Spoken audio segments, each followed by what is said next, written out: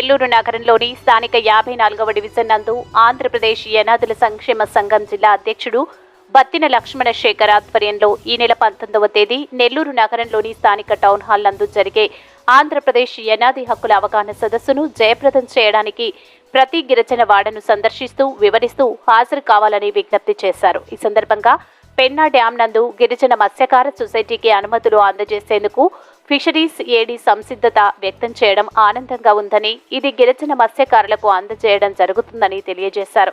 ఈ కార్యక్రమంలో మాణిక్యాల నాగరాజు, బత్తిన సురేష్, చిన్నబ్బాయి, బుచ్చయ్య, స్థానిక మత్స్యకార కార్మికులు పాల్గొన్నారు.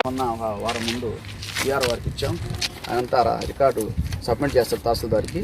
దాంట్లో భాగంగా ఈరోజు మీరు రాకుండా ఉండేసరికి మన చంద్రబాబు నగర్ వాళ్ళు ముఖ్యమైనటువంటి మన వాళ్ళు తీసుకొని ఫిషరీస్ ఏడీ గారిని కలవడం జరిగింది. ఏడీ గారు స్పందించి బాగా మాట్లాడారు. ముందుగా డ్యామ్ను సొసైటీ చేయడం కొద్దిగా లేట్ అవుతుంది కాబట్టి ఎంతమంది ఉన్నారో వాళ్ళందరూ కూడా ఫిషర్మెన్స్ ఎంతమంది ఉన్నారో వాళ్ళందరూ కూడా Aadhaar card, ration card, vote గుర్తింపు కార్డు, అలాగే క్యాస్ట్ సర్టిఫికేట్ సబ్మిట్ చేస్తే జేడీ గారు నేను మాట్లాడుకొని అందరికి కూడా ముందుగా ఫిషింగ్ లైసెన్స్ ఇస్తామని చెప్పాడు. అలానే ఫిష్ ఆంధ్ర లోన్కు సంబంధించి మన ఎస్టీలకు సంబంధించి ప్రత్యేకించి 10 లక్షల లోన్లు ఒక 16 ఉన్నాయన్నారు. అలాగే 4 లక్షల లోన్లు ఒక 23 దాకా ఉన్నాయి. ఏందగా మీ గిరిజనులు ఎవరు అప్లై చేసుకోవట్లేదని పాపం ఆయన వాపోయాడు. నిజంగా ఆయనకి హెడ్సప్ చెప్పాలి. ఎందుకంటే అధికారులు సహకరిస్తే మనం ఏమైనా చేయగలం.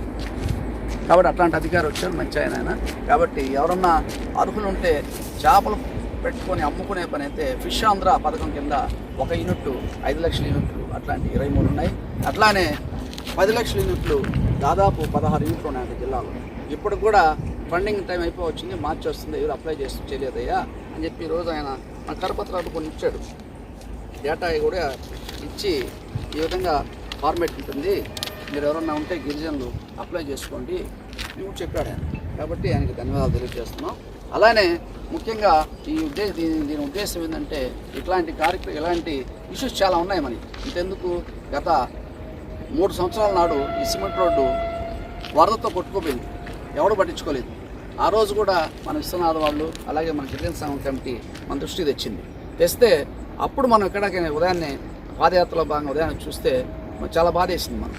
అప్పుడు ఆ గ్రామం వాళ్ళు అక్కడ వాళ్ళని అందరిని విచారించి వాళ్ళందరూ కూర్చోబెట్టి అసలు ఏంది మా ఇష్యూ అంటే, అయ్యా ఆడ నుంచి రోడ్డు వేసుకుని పోయారు, మాకు వేయలేదు రోడ్డు, మేము నిత్యం బియ్యం తీసుకోవాలన్నా కూడా పెన్షన్కి వెళ్ళాలన్నా కూడా చాలా ఇబ్బందిగా ఉంది, తిరుక్కొని పోయి అటు సాల్సింత మీద ఫ్లైఓవర్ మీద పోయి రావాల్సి వస్తుంది, చాలా ఇబ్బందిగా ఉంది, కాబట్టి చేసి పెట్టమని చెప్పి అడిగారు.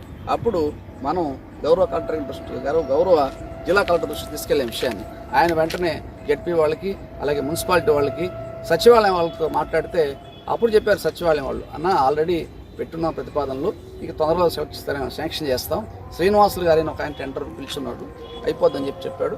అమ్మ తర్వాత లోకల్ లీడర్స్తో మాట్లాడిన తర్వాత వాళ్ళు ఒక 4,75,000 పెట్టి ఈ రోడ్డు కూడా సిమెంట్ రోడ్డు వేయడం జరిగింది. ఎందుకంటే ఈ రోడ్డు వల్ల మనకి ముఖ్యంగా చేపలు పట్టే వాళ్ళకి మన దాయుధమైనటువంటి పెనాయిలు అలాగే చీపురు గట్టలు ముగ్గు అమ్ముకునేటువంటి మన దాయుధులకి చాలా అవసరం. ఎందుకంటే ఆడ నిత్యం పెన్నా బ్యారేజ్ పైన ట్రాఫిక్ జామ్ అవటం వల్ల చాలా ఇబ్బందులు పడుతున్నారు. కాబట్టి ఈ రోడ్డు వేయడం వల్ల చాలా ఉపయోగం. వాళ్ళకి ఒకసారి అధికారులకి అలాగే స్థానిక రాజకీయ నాయకులందరికీ కూడా ధన్యవాదాలు తెలుపుతున్నాం. అయితే ముఖ్య ఉద్దేశం ఏంటంటే ఇది ఆంధ్రప్రదేశ్ యానాదుల సంక్షేమ సంఘం, ఇది ఏ పార్టీకి సంబంధించింది కాదు. అందరూ పార్టీ కార్యకర్తలు ఇందులో పనిచేస్తూ ఉంటారు. ఎందుకంటే మిగతా కులాల వాళ్ళకి అర్జునులకి మాల మహానాడు, అలాగే అరుంధతులకి మాదిగ దండోరా, అలాగే బీసీలకి యాదవ్ మహాసభ, అలాగే ముస్లిం మైనార్టీ సంఘం ఎలా ఉందో అలానే యానాదులకు సంబంధించి ఇది యానాదుల సంక్షేమ సంఘం, అంతేగాని ఏ పార్టీకి సంబంధించింది కాదు. ఎక్కడ గిరిజనులకి ఇబ్బంది అయినా కూడా ఈ సంక్షేమ సంఘం అక్కడ వెళ్ళి పనిచేసి వాళ్ళకి న్యాయం చేసే దిశగా పనిచేస్తుంది. అయితే మిమ్మల్ని అందరూ రిక్వెస్ట్ చేసేది ఏంటంటే మీరందరూ సమిష్టిగా ఉమ్మడిగా ఐకమత్యంగా ఉంటే రాజకీయ పార్టీని పక్కన పెట్టి ఎలక్షన్ వచ్చినప్పుడు మీరు ఎవరికైనా ఓట్లు వేసుకోండి, ఏమైనా చేసుకోండి, ఫ్రస్ట్రేషన్ అయితే ఏం మాట్లాడదు, పలానాకి ఏమని కూడా చెప్పదు.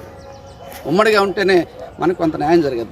అయితే ముఖ్యంగా ఈరోజు చెప్తున్నాం, మనందరూ కూడా యూనిట్గా ఉండబట్టి ఇప్పుడు ఆ డ్యాంలో సొసైటీ సాధించుకోగలుగుతున్నాం, అలాగనే ఫిషర్మెన్ సర్టిఫికేట్ సాధించుకోగలుగుతున్నాం, అలానే ఈ రోడ్డును కూడా సాధించుకున్నాం. కాబట్టి అందరూ యూనిట్గా ఉండాలి. యూనిట్గా ఉంటే మన పనులు జరుగుతాయి. అట్లానే ఈ జిల్లాలో దాదాపు 7-8 కాన్స్టిట్యున్సీల్లో రకరకాల ప్రాబ్లమ్స్ ఉన్నాయి గిరిజనులు. వీటన్నిటిని కూడా ఒక రిప్రజెంటేషన్ తయారు చేసి ఈ నెల 19వ తేదీ మన నెల్లూరు టౌన్ హాల్లో పెద్ద మీటింగ్ ఏర్పాటు చేశాం. గిరిజన హక్కులు, చట్టాలు, ప్రభుత్వ పథకాలు మరియు రాజకీయాలపై అవగాహన సదస్సును పెట్టాం. జిల్లా అధికారులు అందరం పిలిచాం. కొందరు ప్రముఖ రాజకీయ నాయకులు కూడా పిలిచాం, వస్తున్నారు. కాబట్టి అందరం మన ఇష్యూస్ ఏమున్నాయో అవన్నీ కూడా రిటర్న్గా రాసుకుని వెళ్తే ఆ రోజు కొన్ని సమస్యలు కూడా పరిష్కారం అయ్యేదానికి అవకాశం ఉంది. కాబట్టి ఎక్కువ మంది ఆ రోజు అటెండ్ అయ్యి ఆ కార్యక్రమాన్ని జయప్రదం చేయాలని చెప్పేసి ఈ సందర్భంగా మిమ్మల్ని అందరినీ విన్నవించుకుంటున్నాను.